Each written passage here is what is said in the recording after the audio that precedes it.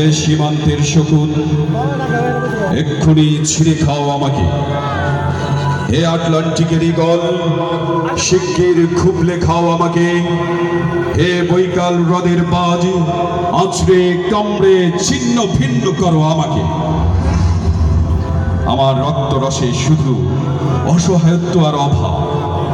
কাগজের কামলারা তারে আদর করে মুদ্রাস্ফীতি ডাকে।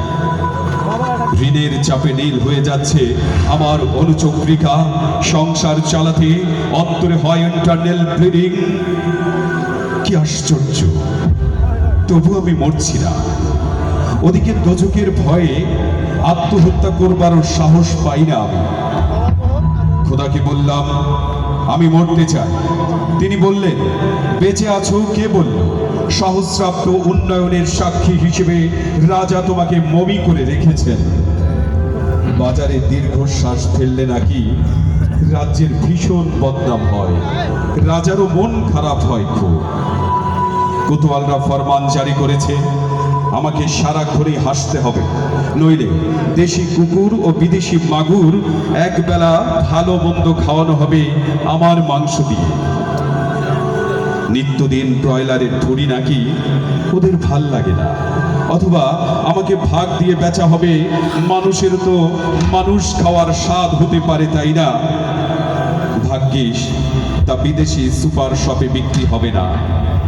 দেশি মানুষেরই তো হক বেশি আমাকে খাওয়ার।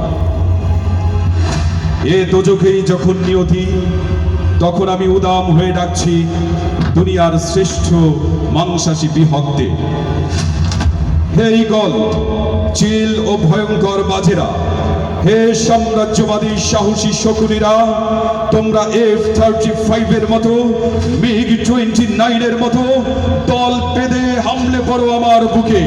আমার রান, ধান, চক্ষু, কলিজা আজ সব তোমাদের গনিমতের মা। দেশি শুয়োরগুলো খুবলে খাওয়ার আগেই, দেশি শুয়োরগুলো খুবলে খাওয়ার আগেই আমার ইচ্ছে মতো ছিঁড়ে খাও তোমরা। দোহাই দোহাই দোহাই, শুধু মস্তিষ্কটা খেও না আমার, তাহলে শীঘ্রই দাস হয়ে যাবে তোমরাও। অনেক ধন্যবাদ। আমার কবিতার